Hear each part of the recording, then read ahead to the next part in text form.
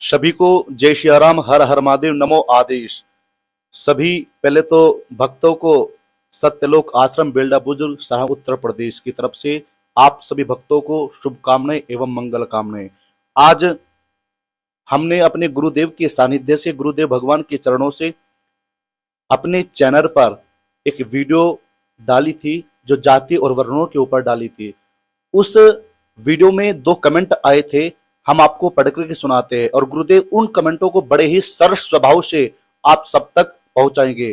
पहली कमेंट में जो है मुकेश जी, रामचरितमानस मनुस्मृति में जाति का वर्ण है। आप यह कहना चाहते रहे हो कि हिंदू महाकाव्य धर्मशास्त्र और मुगलों के समय लिखे गए क्या? महाराज जी मार्गदर्शन करे।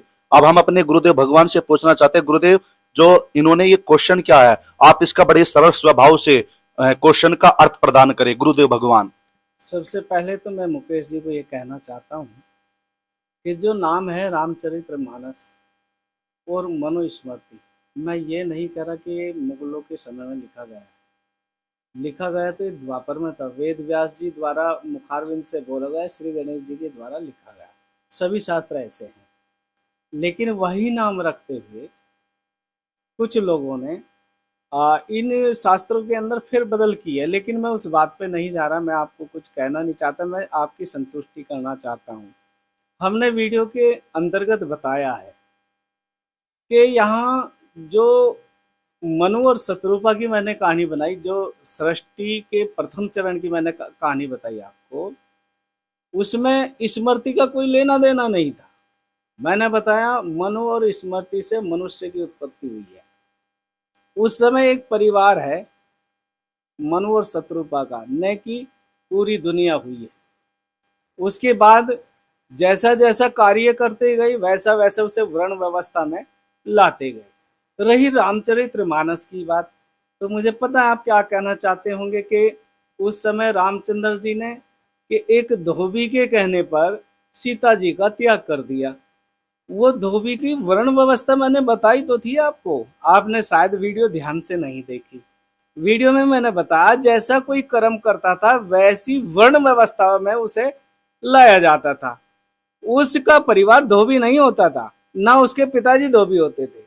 यदि वो कपड़े धोने का काम कर रहा है, इस तरह की सेवा कर रहा है, तो उसे धोबी नाम दिया जाता था कि इसका जो वर्ण है वो धोबी का वर्ण है।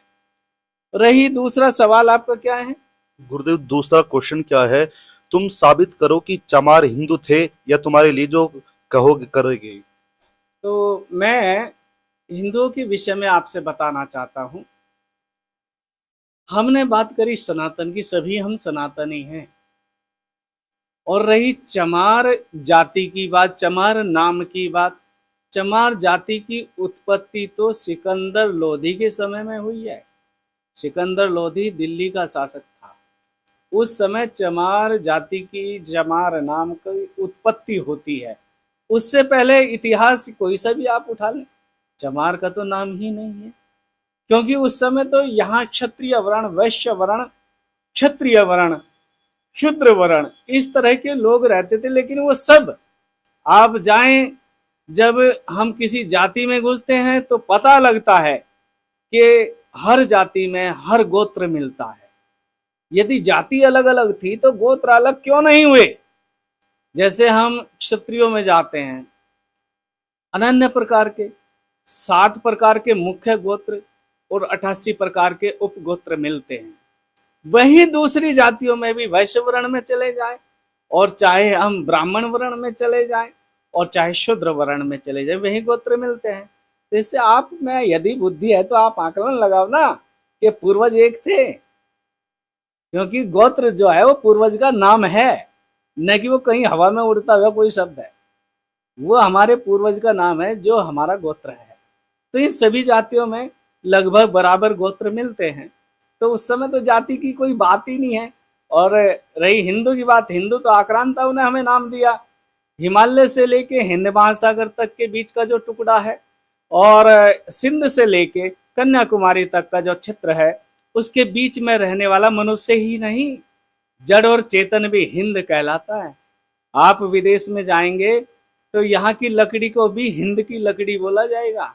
ना कि पीपल या सफेदे की लकड़ी बोला, हिंद की लकड़ी। यहाँ की मिट्टी को हिंद की मिट्टी बोलते हैं। तो यहाँ रहने वाला जो भी जीव जंतु है वो हिंदू है। उसके बाद आप कोई सा भी भोग गाते रहें, उसका कोई मतलब नहीं है। हम सब सनातनी हैं और मनु शत्रुपा की संतान है। और मनु शत्रुपा ब्रह्मपुत्र थे, ब्रह्मपुत्री थी वे, उनके हम सब संतान हैं। मैथुन सृष्टि प्रथम चरण में मनु शत्रुपा से रची गई, इसलिए हम मनुष्य हैं। मनुष्य ये जाति आप लोगों ने बनाई होगी, ना हमने बनाया, ना ब्रह्मा जी ने बनाई, ना शत्रुपा और मनु ने बनाई है। आप बनाते रहो तो किस पे क्या जोर पड़ रहा है। लेकिन हम तो जाति का खंडन करते हैं पहले से। आज भी योगी पुरुष हैं, हमारे यहाँ जाति नहीं चलती है। समान होता है ऋषि, और योगी भी समान होते हैं, सब पे समान कृपा करते हैं। जय हिंद, जय हिंदू राष्ट्र। ओम शतनम आदेश। नमो आदेश। गुरु भगवान की जय हो।